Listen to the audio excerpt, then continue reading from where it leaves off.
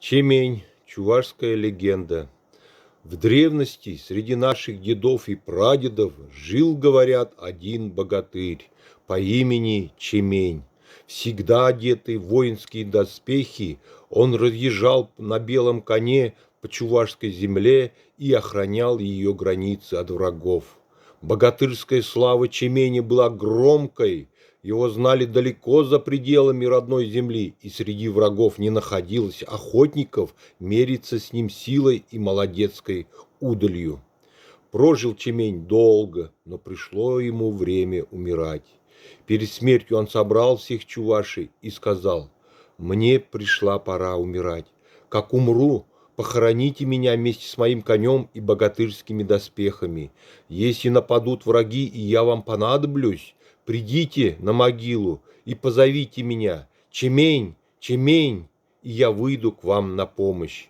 Умер богатырь, похоронили его, как он и просил, вырыли в горе большую могилу, одели умершего в воинскую одежду и посадили на коня, а рядом положили щит и меч. Чемень умер, а его слава, его имя остались в народе, в его памяти. О ратных подвигах богатыря старики рассказывали сыновьям и внукам. Однажды весной, когда молодежь рядом с курганом, в котором был похоронен Чемень, водила хороводы, и парни вспомнили о богатыре, вспомнили передаваемые из поколения в поколение его слова о готовности в лихую годину прийти на помощь своему народу. Молодым парням очень хотелось посмотреть на богатыря. «А давайте позовем его», – предложил один из них. Парни пошли на курган и хором закричали: «Чемень! Чемень!» Земля развернулась, и из кургана выехал Чемень на белом коне, в одежде воина и в воинских доспехах.